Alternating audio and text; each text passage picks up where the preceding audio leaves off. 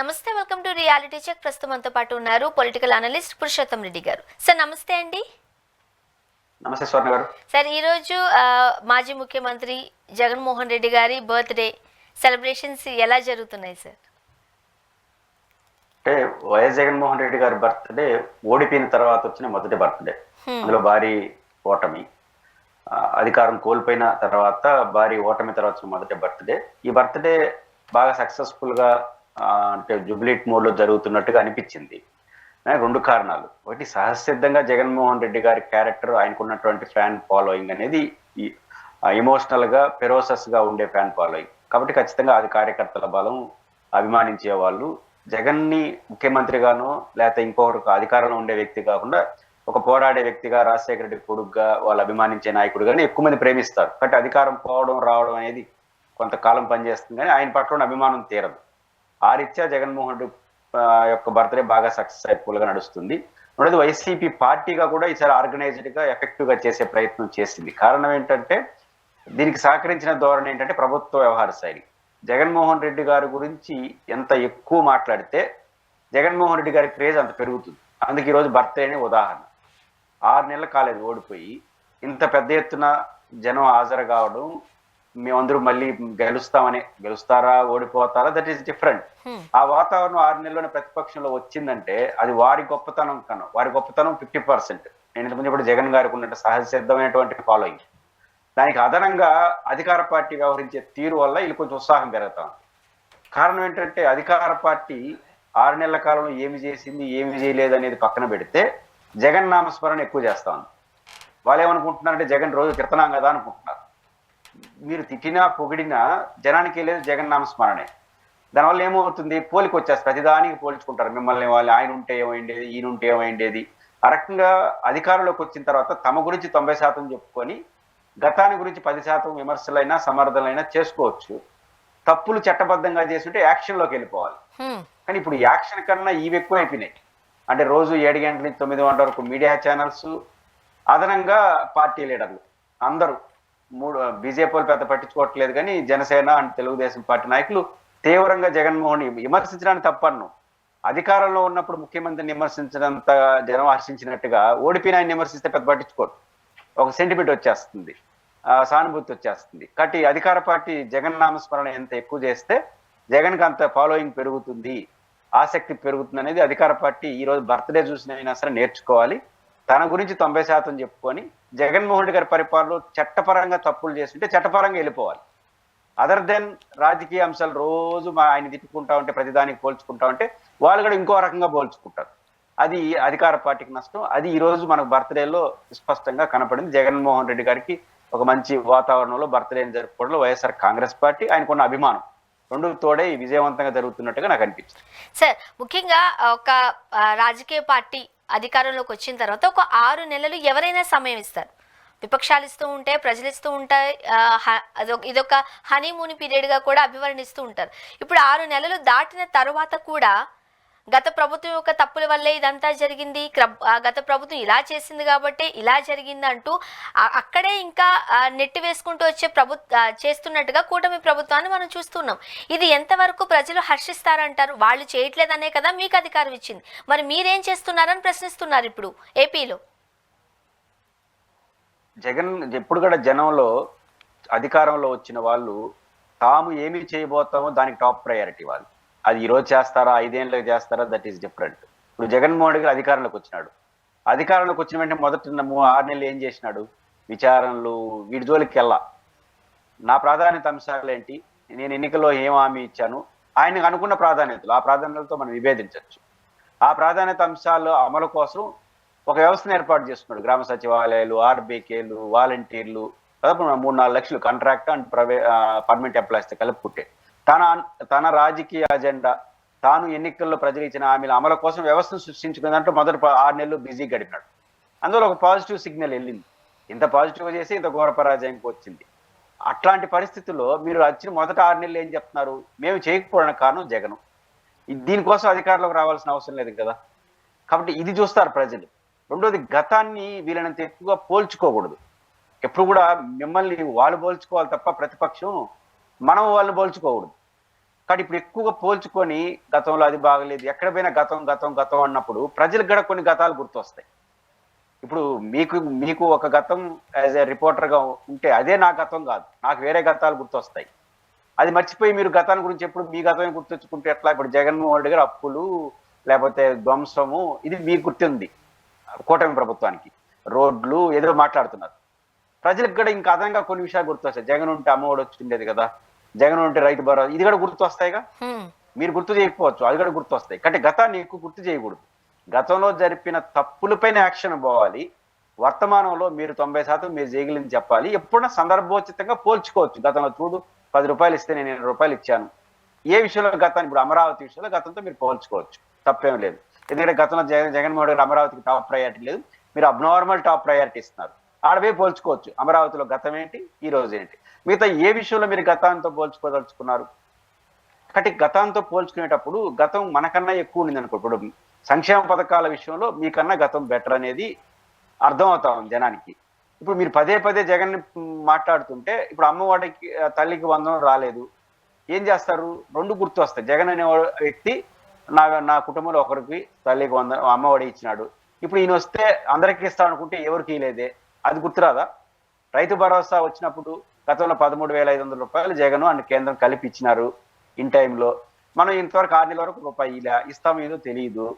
అప్పుడు దాన్ని ఏం గుర్తుపెట్టుకోరు. కాబట్టి ఎప్పుడు కూడా గతాన్ని ఎక్కువ మాట్లాడకూడదు అధికార పార్టీ. జగన్మోహన్ రెడ్డి గారు మాట్లాడచ్చు నేను ఉంటే అది ఇచ్చాను అని. మీరు మాట్లాడారంటే ఏమవుతుందంటే అనవసరమైన సమస్య. అదే ఈరోజు తెలుగుదేశం పార్టీ ఎదుర్కొంటున్నటువంటి ప్రధాన సమస్యగా నేను అనుకుంటాను. అండ్ మన్యం జిల్లాలో పవన్ కళ్యాణ్ గారు పర్యటిస్తూ కొన్ని ఆసక్తికరమైన వ్యాఖ్యలు చేశారు. జగన్మోహన్ రెడ్డి గారు కనీసం రోడ్లు కూడా వేయలేదు. ఫస్ట్ ఆఫ్ ఆల్ ఈ పాయింట్కి ఏం చెప్తారు? ఇప్పుడు రోడ్లు వేయలేదనేది బండ సిద్ధాంతం. తగినంత వేయలేదు, తగిన ప్రాధాన్యత లేదు, అవసరమైన ప్రాధాన్యత లేదని విమర్శ చేస్తే తప్పేం లేదు. రోడ్డు చాలా వరకు రోడ్లలో కొంత డిస్టర్బెన్స్ గతంలో జరిగాయి. తనకు జరగడానికి ఇంకో కారణం కూడా వర్షాలు ఎక్కువ పడడం. ఇప్పుడు కూడా పడుతున్నాయి. ఇప్పుడు గుంతలు ఎందుకు కనబడుతుంటే వర్షాలు ఎక్కువ పడినప్పుడు కొట్టుకుపోతుంటాయి. కాబట్టి అదొక కారణం. తగిన priority no doubt Jaganmohan Reddy గారు మిగతా సంక్షేమ పథకాలకు ఇచ్చినంత ప్రయారిటీ రోడ్లు వీటిలో ఇవ్వలేదనేది నేను కూడా ఒప్పుకుంటాను. దాన్ని చెప్పండి, తప్పులేదు, మీరు ప్రయారిటీ ఇవ్వండి. కానీ దాంతోపాటు వేరే వేరే విషయాలని పవన్ కళ్యాణ్ గారు మాట్లాడేస్తున్నారు. ఋషికొండ ప్యాలెస్ గురించి మాట్లాడినాడు. ఋషికొండ ప్యాలెస్కి 500 కోట్లు ఇచ్చాడు కానీ ఆ రోడ్లకి లేదు అన్నాడు. ఇప్పుడు ఋషికొండ ప్యాలెస్ ముందు సెల్ఫీ ఎవరు తీసుకున్నారు? జగన్ అయితే తీసుకోవాలి. ఎందుకంటే ఇంతవరకు ఆయన పోలా, ఓడిపిన తర్వాత పోలేడు.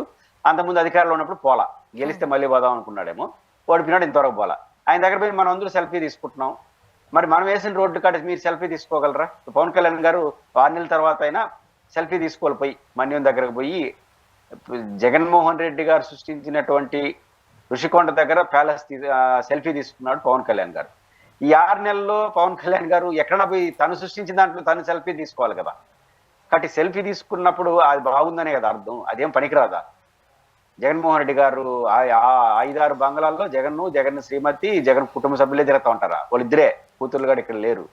కాబట్టి అదేదో ప్యాలెస్ అని పేరు పెట్టేసి దానికి ఇప్పుడు ఒకటి చేయొచ్చు కదా. 6 నెలలు అయింది, ఏం తేల్చారు ఆ ప్యాలెస్ పైన? మీరు అద్భుత నిర్మాణం సర్టిఫికేట్ ఇచ్చేసినారు.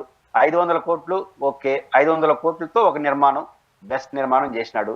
అది పనికి వస్తుందా, పనికి రాదా? 5-6 నెలలు తేల్చేసి ప్రజల ముందు ఉంచనొచ్చు కదా. ఇంకా 500 కోట్లు కేటాయించిన దగ్గర అయిపోయినారంటే అది బాగుందని అర్థం, మల్టీపర్పస్ దానికోసం వాడుకోవచ్చు అని అర్థం. కాబట్టి జగన్ సృష్టించిన ప్యాలెస్ దగ్గర సెల్ఫీ తీసుకున్న పవన్ కళ్యాణ్ గారు, మీరు 6 నెలల కాలంలో మీరు సృష్టించిన దగ్గర మీరే సెల్ఫీ తీసుకొని చూపించండి, ఇది జగన్ సెల్ఫీ, నా సెల్ఫీ అని చెప్పాలి. మరి చూపిస్తే తొందరగా కనీసం ఇప్పుడు మన్యంలో తిరిగారు కదా, ఇంకో 6 నెలల తర్వాతనే మన్యంకి వచ్చి సెల్ఫీ తీసుకోవాలి ఆయన సృష్టించిన అద్భుతాల పైన. జగన్మోహన్ రెడ్డి ప్యాలెస్ సృష్టించాడు, గుడ్. తర్వాత అదే మన్యంలో ఉత్తరాంధ్రలో శాశ్వత పరిష్కారం కోసం ఒక అద్భుతమైనటువంటి ఈ మంచినీళ్ళ సమస్య పరిష్కారం కోసం హాస్పిటల్ అవన్నీ మన మన్యంలో ఒక మెడికల్ కాలేజీ, ఇన్నేళ్ల ఆంధ్రప్రదేశ్, స్వతంత్ర ఆంధ్రప్రదేశ్లో ఒక మెడికల్ కాలేజీ మన్యం ప్రాంతంలో, ఒక ఎక్స్టెండ్ దూర ప్రాంతంలో, గిరిజనులు ఉన్న ప్రాంతంలో మన్యం మెడికల్ కాలేజీనే తీసుకొచ్చాడు. ఇప్పుడు అదే కదా ప్రారంభమైంది, 50 సీట్లు వచ్చింది కదా. ఒక మన్యంలో మెడికల్ కాలేజీ, ప్యాలెస్, తర్వాత ఉద్దానం సంబంధించి శాశ్వత పరిష్కారం కోసం హాస్పిటల్, ట్రీట్మెంట్, వాటర్ ట్రీట్మెంట్ అన్ని పెట్టాడు. సరే ఓకే, ఆ 3 ఆయన చేసినాడు. మీరు 36 చేయండి. ఆ 36 దగ్గర సెల్ఫీలు తీసుకోండి. కాబట్టి ఇంకా 6 నెలలు అయిన తర్వాత కూడా ఇంకా ఆయనే తెలియదు అంటే లాభం. సార్ ఇప్పుడు రిషికొండ ప్యాలెస్ కోసం 500 కోట్లు ఖర్చు పెట్టారు. అదే ఈ గ్రామాలకు కనీసం 9 కోట్లు కూడా ఖర్చు పెట్టలేదు అనేది కూడా ప్రధాన ఆరోపణగా మనం చూస్తూ ఉన్నాం. నిజంగానే ఏం ఖర్చు పెట్టలేదా జగన్మోహన్ రెడ్డి గారు? ఋషికొండ కోసం 500 కోట్లు ఖర్చు పెట్టింది నిజం, కానీ అంతేనా? మెడికల్ కాలేజీలు 16 మెడికల్ కాలేజీకు ఎన్ని కోట్లు ఖర్చు పెట్టాడు? పులివెందుల మెడికల్ కాలేజీకి ఎందుకు వచ్చారు? మీరు మన్నీలో జరుగుతున్న ఆ మెడికల్ కాలేజీకి ఎన్ని కోట్లు కేటాయించాడు? ఈరోజు మెడికల్ కాలేజీ వాస్తవం కాదా? అదే మన్యంలో ఉద్దానం వాస్తవం కాదా? ఈరోజు ప్రతి గ్రామంకి వెళ్తే జగన్ పలకరిస్తున్నాడు కదా, గ్రామ సచివాలయ ఆఫీసులని. అది ఆఫీసు కాదా? అది అభివృద్ధి కాదా? ఆర్బీకే సెంటర్లు కార్యాలయాలు కావా? దాదాపు 10,000 12,000 కోట్ల రూపాయలతో నాడు నేడు స్కూల్స్. మీరు చాలా స్కూల్కి వెళ్ళినప్పుడు పిల్లలు చెప్పారు కదా గతం నుంచి ఉంటున్నామని. మరి ఆ స్కూల్స్ వాస్తవం కదా? ఏమి కేటాయించలేదండి. రోడ్లకు తగిన ప్రాధాన్యత జగన్మోహన్ రెడ్డి గారు వీటికి ఇచ్చినట్టుగా, ఒక నాడు నేడు, ఒక అదేవిధంగా సచివాలయాలు, సంక్షేమ పథకాలు, వీటికి ఇచ్చినంత సమాన ప్రాధాన్యత రోడ్లకి జగన్మోహన్ రెడ్డి ఇవ్వలేదనేది నిజం. మీరు ఇవ్వండి, ఆల్టర్నేటివ్ చూపించండి, తప్పేం లేదు. కానీ ఈ వాస్తవాన్ని విస్మరించారంటే అవన్నీ వాళ్ళు గుర్తొస్తాయి జనానికి. కానీ జగన్మోహన్ రెడ్డి గారు ఏమీ చేయలేదు. ఇదే అంటే ఎట్లా? రోడ్ల వరకు మీరు ఆల్టర్నేటివ్ చెప్పండి, చూపించండి. రేపటి నుంచి రోడ్ల మీద సెల్ఫీలు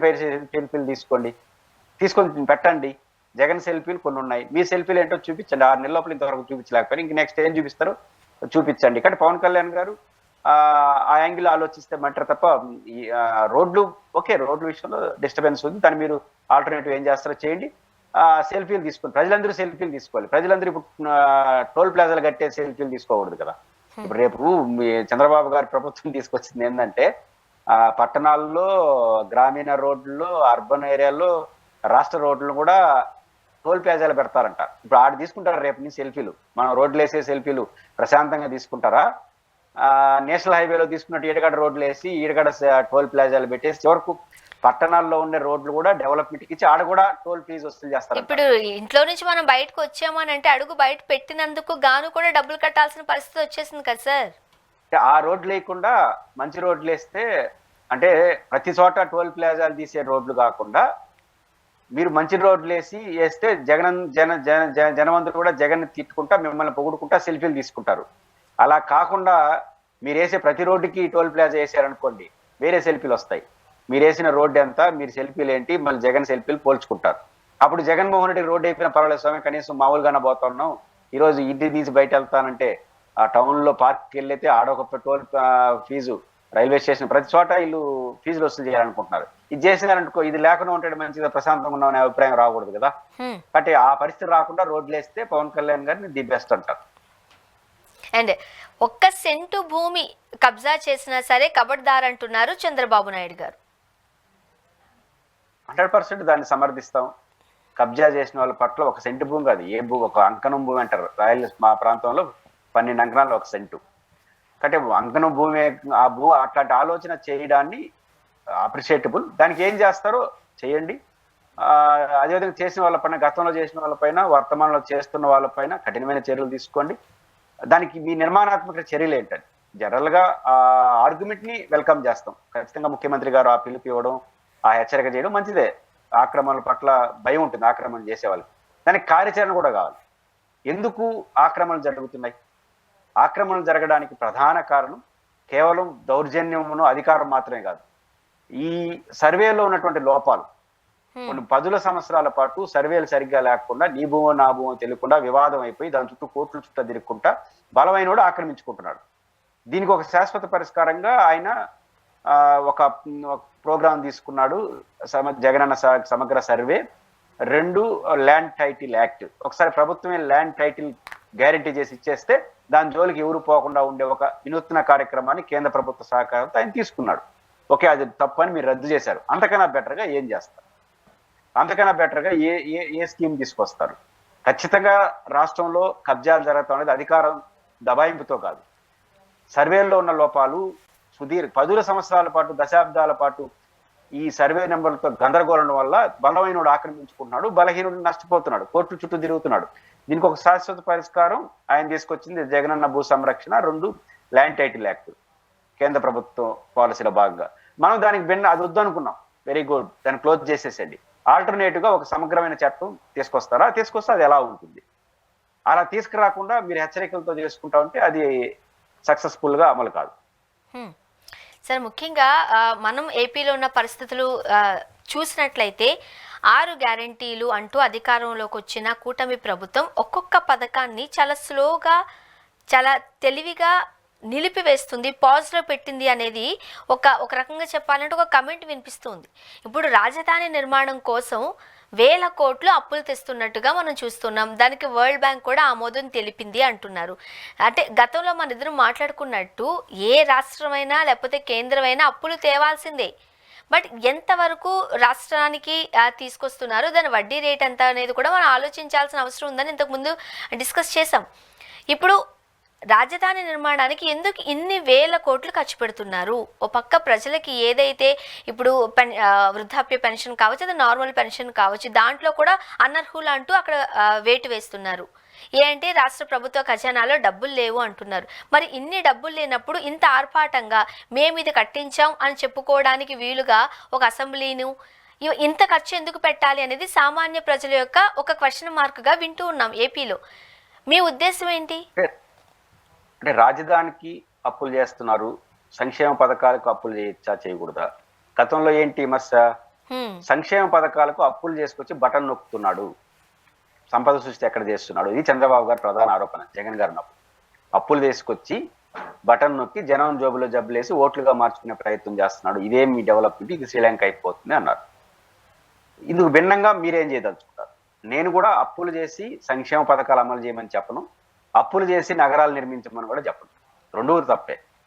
మనకున్న ఆర్థిక వనరుల్లోనే ప్రజలకు సంక్షేమ పథకాలు అమలు చేయాలి. అప్పులు చేస్తే ఇన్ఫ్రాస్ట్రక్చరు భవిష్యత్తులో అది సంపద సృష్టించే కేంద్రాల వైపు అప్పులు చేయాలి. ఆ బైఫర్కేషన్ ఉండాలి. చంద్రబాబు గారు అదేం బాగా చెప్తున్నాడు, కానీ ఆచరణకు వచ్చేసరికి అమరావతి కోసం తప్ప అప్పులు ఇంక దేనికి చేయట్లేదు ఇప్పటివరకు. ఇప్పుడు 6 నెలల్లోనే నిర్ధారణ చేయలేము. 6 నెలల్లో ఇప్పుడు ఆయన అప్పులు అంటూ చేస్తున్న దేనికంటే అమరావతిలో రాజధాని నిర్మాణం కోసం. మీరు పోలవరం కోసం అప్పు చేయాల్సిన అవసరం లేదు, కేంద్ర ప్రభుత్వం డబ్బులు ఇస్తుంది. రాయలసీమలో నీటి ప్రాజెక్టుల కోసం అప్పులు చేయండి, అది ఇన్ఫ్రాస్ట్రక్చర్ అవుతుంది. లేదా ఒక పరిశ్రమలు శ్రీ సిటీ, కొప్పర్తి, లేదా మీరు ఏదైతే అనంతపురం జిల్లాలో కియా పరిశ్రమ మీ కాలంలో వచ్చింది కదా, ఇట్లాంటి వాటి కోసం అప్పులు చేయండి.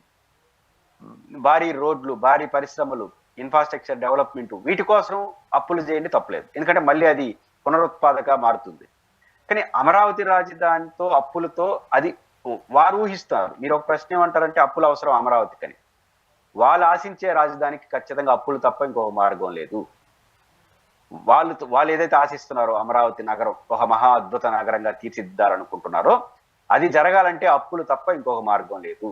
అయితే వాళ్ళు ఇంతకాలం పాటు సెల్ఫ్ సఫిషియెంట్ రాజధాని అని చెప్పారు. అది ఆచరణ సాధ్యం కాదు, జరగని పని. ప్రజలందరూ కోరుకునేది ఒక అడ్మినిస్ట్రేషన్ క్యాపిటల్. దానికోసం అయితే అప్పులు చేయాల్సిన అవసరం లేదు. ఒక అసెంబ్లీ, ఒక సెక్రటేరియట్, ఒక రాజ్భవన్, ఒక ముఖ్యమంత్రి బంగ్లా, ఒక హైకోర్టు, వీటన్నిటికీ కేంద్ర ప్రభుత్వం డబ్బులు ఇస్తుంది. విభజన చట్టంలో చాలా స్పష్టంగా ఉంది ఆ కార్యాలయాలకు డబ్బులు ఇవ్వాలని. వాటి కార్యాలయాలు నిర్మిస్తే రాజధాని పని అయిపోతుంది. రోడ్లు వేసుకుంటే రాజధాని అయిపోతుంది. రోడ్లు ఈ కార్యాలయాలు కేంద్ర ప్రభుత్వంతో డబ్బులతో చేసుకుంటే చాలా స్వల్ప ఖర్చుతో రాజధాని పనులు అయిపోతుంది, దాని పని అది అభివృద్ధి చెందుతుంది. ఈ తరహా రాజధాని అయితే ₹1 అప్పు చేయాల్సిన అవసరం లేదు. కానీ వాళ్ళు ఆ తరహా రాజధాని కోరుకోవట్లేదు. అది ఒక అద్భుతం, నగరాలు, హైదరాబాదు, వాషింగ్టన్ DC ఇట్లా పేర్లు చెప్తున్నారు. ఇట్లాంటివి చేయాలంటే ఈ అప్పు కాదు, ఇంకా అనేక రెట్లు అప్పు చేయక తప్పదు. వాళ్ళు చెప్తున్నట్టుగా అది సంపద సృష్టి 50 ఏళ్ళ తర్వాత ఏమవుతుందో మనం చూద్దాం, కానీ ఇప్పుడు మాత్రం పెట్టుబడి అవుతుంది, మనం పెట్టాల్సిందే. అది సంపద సృష్టించినప్పుడు జరిగిన పని. ఎట్టొస్తుంది? రాజధాని కార్యాలయాలతో సంపద వస్తుందా? సంపద ఎక్కడొస్తుంది? వ్యవసాయం జరిగితే, వ్యవసాయ ఉత్పత్తి అయితే, పంటలు పండితే సంపద వస్తుంది. వ్యవసాయ ఉత్పత్తి చెందితే, అభివృద్ధి చెందితే, వ్యవసాయ చుట్టూ వ్యవసాయ అనుబంధ పరిశ్రమలు వస్తే సంపద వస్తుంది. పరిశ్రమలు పెడితే సంపద వస్తుంది. నీటి ప్రాజెక్టులు కడితే సంపద వస్తుంది. ఐటీ కంపెనీలు వస్తే సంపద. ఇవేమన్నా ఉన్నాయా అమరావతి ప్రాజెక్టులు అంటే? ఉన్నాయా అంటారు. ఏది ఐటీ కంపెనీలు అవన్నీ. నాకు తెలిసి అమరావతికి ఐటీ కంపెనీలు ఇప్పట్లో రావు. ఎందుకు రావు అంటే అమరావతి మంచిదని కాదు. వాళ్ళు హైదరాబాదు, బెంగళూరు, చెన్నై వదిలేసి ఇప్పుడే కడుతున్న నగరంలో వచ్చి పెడతారా? వాళ్ళు ఏమన్నా ప్రైవేట్ కంపెనీలు? ఈ రోజు తెల్లారితో పెడితే సాయంత్రం లాభాలు రావాలనుకుంటారు. పెడితే విశాఖపట్నం, తిరుపతిలోకి వస్తారు. ఇప్పుడు వచ్చింది కూడా అదే. ఈ 10 ఏళ్ళలో ఎక్కువ వచ్చింది తిరుపతి, విశాఖపట్నంకే. కానీ కాబట్టి ఇప్పటికిప్పుడు సంపద సృష్టి జరగదు, ఇప్పుడంతా పెట్టుబడి సృష్టి. కాబట్టి వాళ్ళు ఊహిస్తున్నట్టుగా కూటమి ప్రభుత్వం ఊహిస్తున్నట్టు రాజధాని నిర్మాణం జరగాలంటే అప్పులు తప్ప ఇంకొక మార్గం లేదు. మనం సాధారణ వ్యక్తులు ఊహిస్తున్నట్టుగా ఒక అడ్మినిస్ట్రేషన్ కాపాలంటే కేంద్ర ప్రభుత్వ డబ్బులతో నడిపేయవచ్చు. వాళ్ళు మనం అనుకున్నట్టు అనుకోవట్లేదు కాబట్టి అప్పులే శరణ్యం. అయితే ఇప్పుడు రేపటి నుంచి పోలిక స్టార్ట్ అవుతుంది. జగన్మోహన్ రెడ్డి గారు మీరు ఏమన్నారు? అప్పులు తెచ్చి బటన్ నొక్కి సంక్షేమ పథకాలు అమలు చేస్తున్నాడు. ఆ రోజు మీరు ఏమన్నారు? రేపు నుంచి జగన్ ఇంకొక లైన్ ఎత్తుకుంటాడు. నేను 19,000 గ్రామాలు ఏదో ఉన్నాయి కదా రాష్ట్రంలో, దాదాపు ఇన్ని లక్షల మందికి అక్కా చెల్లెలకి అవ్వాతాతలకి అమ్మఒడి అమలు చేయడం కోసం, రైతు భరోసా అమలు కోసం నేను అప్పు చేసినాను. ఇప్పుడు చంద్రబాబు నాయుడు గారు ఆ 19 గ్రామాల్లో రాజధాని కట్టడం కోసం అప్పు చేస్తున్నాడు. ఆ అప్పు కావాలా ఈ అప్పు ఆయన పోతారు రేపు నుంచి. అదే ఇంకొక 6 నెలలు ఇప్పుడు గమ్మున్నాడు. ఇంకో 1 ఇయర్ తర్వాత అదే స్లోగన్ జగన్ది. ఆ రోజు మీరు ఏదే స్లోగన్ ఎత్తుకున్నారో నువ్వు అప్పులు చేసి ప్రజలకు పంచుతున్నావు అన్నాడు. రేపటి అప్పుడు ఈ 6 నెలలు గమ్మున్నాడు. సంవత్సరం నుంచి ఆయన ఇదే స్టార్ట్ చేస్తాడు. నువ్వు అప్పులు దేనికోసం చేసినావు అంటే అమరావతి కోసం చేసినావు, ఎందుకు ప్రాజెక్టుల కోసం చేయవు అని మొదలెడతాడు మళ్ళీ రేపటి నుంచి. కాబట్టి అమరావతి గురించి వాళ్ళు ప్రజలు ఆశిస్తున్నటువంటి అడ్మినిస్ట్రేషన్ క్యాపిటల్కే పరిమితం అయితే ఈ అప్పులు చేయాల్సిన అవసరం లేదు. అయితే వాళ్ళ ఆలోచనతో లేరు. ఖచ్చితంగా భారీ ఎత్తున అప్పులు చేయక తప్ప. ముఖ్యంగా ఈ డిసెంబర్ వరకు పిల్లలు చదువుకోవడానికి ట్యాబ్లు ఇస్తాము అని ఆ కూటమి ప్రభుత్వం చెప్పిన నేపథ్యంలో ఇప్పుడు క్వశ్చన్ చేస్తున్నారు, రైట్? ఏవి ట్యాబ్స్ అంటూ. అండ్ ఒక్కొక్క పథకాన్ని కూడా చంద్రబాబు నాయుడు గారు నిలిపివేస్తున్నారు అనేది కూడా చాలా పెద్ద ఎత్తున ఏపీలో చర్చించుకుంటున్నారు అనేది కూడా మనం వింటున్న వార్తలు. వాస్తవమే అంటారా? ఇప్పుడు స్కూల్ చుట్టూ కొన్ని ఉన్నాయి. జగన్మోహన్ రెడ్డి గారు స్కూల్ చుట్టూ ఒక మంచి యాక్టివిటీ చేశాడు. నెంబర్ 1, స్కూళ్ళు రూపురేఖలు మార్చాడు. అది కూడా పిల్లలకు కనపడుతుంది కదా. స్కూల్స్ వాతావరణం మారింది, ఇన్ఫ్రాస్ట్రక్చర్ మారింది, బాత్రూమ్స్ వచ్చినాయి. నెంబర్ 2, వాళ్ళ తల్లిళ్ళ ఒక్కొక్క పిల్లవాడు కాదని ఒక కుటుంబానికి 15,000 రూపాయలు అమ్మఒడి కింద వేశాడు. అది కళ్ళ ముందు కనిపిస్తా ఉంది. 2, ఇంగ్లీష్ మీడియం అనేది ఒక వాస్తవం. ఎంత అద్భుతమైన ఇంగ్లీష్ మీడియం పక్కన పెడదాం, ఇంగ్లీష్ మీడియం అనేది వచ్చింది. 2, ట్యాబ్లు అనేది ఇచ్చాడు. 3, ఈ ఆన్లైన్ కోర్సులు ప్రారంభం జరిగింది. ఈ 5 జరిగినాయి. దీంట్లో నాసిరకం మీ దృష్టిలో కొన్ని ఉండొచ్చు, ఇంకా బాగా చేయాల్సింది కొన్ని ఉండొచ్చు. ఇప్పుడు ఈ ప్రభుత్వం వచ్చిన తర్వాత ఇవన్నీ పిల్లలకి బాగా దగ్గర అయిపోయింది. అమ్మఒడి 15,000 రూపాయలు వాళ్ళ ఆర్థిక అవసరాలు తీరింది కదా. స్కూల్ బాగుంది, వాళ్ళు హ్యాపీగా ఉన్నారు కదా. ట్యాబులు చూసుకుంటున్నారు కదా. వీటికన్నా మీరు బెటర్గా చేయక తప్పదు. వీటిని ఏది అమలు చేయకపోయినా జగనే గుర్తొస్తాడు. సమస్య అది. ఇప్పటి వరకు మీరు అమ్మఒడి అమలు చేయలేదు. లోకేష్ గారు ఆల్రెడీ స్పష్టం చెప్పారు, వచ్చే సంవత్సరం పరిశీలిస్తా ఉన్నాడు. ఈ సంవత్సరం చేయరు. ఆ వెళితే అట్లే ఉంటుంది కదా పిల్లలకి. మా జగన్ వచ్చుంటే వీళ్ళు 15,000 వచ్చిండేది, వీళ్ళు వస్తే 30,000 వస్తుంది అనుకుంటే 15,000 కూడా రాలేదే అని ఆ తల్లిదండ్రులు కోపంగా ఉంటారు. ఆ పిల్లలకు కూడా తెలుస్తుంది. 2, ట్యాబులు మీరు అన్నట్టు ఇవ్వకపోతే అప్పుడు ట్యాబులు ఇచ్చారు. మీరు ట్యాబుల కన్నా బెటర్గా ఏమి ఇస్తారు? అంతకన్నా బెటర్ ఇస్తారు. ట్యాబులు లేకుండా కూడా ట్యాబుల సౌకర్యాన్ని అదనంగా ఏమి ఇస్తారు? ఖచ్చితంగా ప్రజలు ఏం కోరుకుంటారంటే, ఈరోజు మీరు కన్నా నాకు ఇంకా బెటర్గా రేపు కనిపించాలి. నేనైనా ఈ రోజు చేసే అనాలిసిస్ కన్నా రేపు ఇంకా బాగా కనిపిస్తే మీరు సాటిస్ఫై అవుతారు, లేకపోతే వేరే వాళ్ళు చూసుకుంటారు. ఎవరైనా అంతే కదా, బెటర్ని కోరుకుంటుంది సొసైటీ. వాళ్ళు ట్యాబులు అనుభవిస్తున్నారు, బాత్రూములు బాగున్నా చూశారు, అమ్మఒడి చూసినారు, ఇంకా అంత జగన్ కన్నా బాగా చేయాలని కోరుకుంటారు తప్ప మీరు చేస్తారని కూడా చెప్పారు. చేయకపోతే అంతే చేసినా కూడా జగనే బెటర్ అనుకుంటారు. కాబట్టి ఇది ఖచ్చితంగా స్కూల్స్ చుట్టూ తెలుగుదేశం పార్టీ ఖచ్చితంగా ఆత్మరక్షణ పరిస్థితులు వస్తాయి. ఖచ్చితంగా మీరు దీనికి సరైన పరిష్కారం చూపకపోతే చాలా చెడ్డ పేరు వస్తుంది. విద్యా రంగానికి సంబంధించి వాళ్ళు చేసిందే మీరు చేయమని చెప్పను, వాళ్ళకన్నా బెటర్గా ఏది బెటర్ అది చెప్పాలి. ఈరోజు నేను పలావ్ తిన్నప్పుడు రేపు బిర్యానీ అన్నా పెట్టాలి, కనీసం పలావ్ అన్నా పెట్టాలి జగన్ మాటలు. ఇప్పుడు బిర్యానీ పెడతానని చెప్పి పలావ్ కూడా పెట్టకపోతే చాలా కోపం వస్తుంది. కాబట్టి ఇప్పుడు గతం జగన్మోహన్ రెడ్డి గారు చేసిన స్కూల్ చుట్టూ వచ్చిన సమస్య ఏంటంటే, జగన్మోహన్ రెడ్డి గారు ఫోకస్ చేసినాడు, అదొక వాస్తవం. స్కూల్స్ సంక్షేమం పట్ల 24 hours into 7 ప్రయత్నించాడు. అట్లాంటి చోట్ల అంతకన్నా బెటర్గా మీరు చేయకపోతే చాలా తొందరగా ప్రజల నుంచి వ్యతిరేకత తెచ్చుకుంటారు.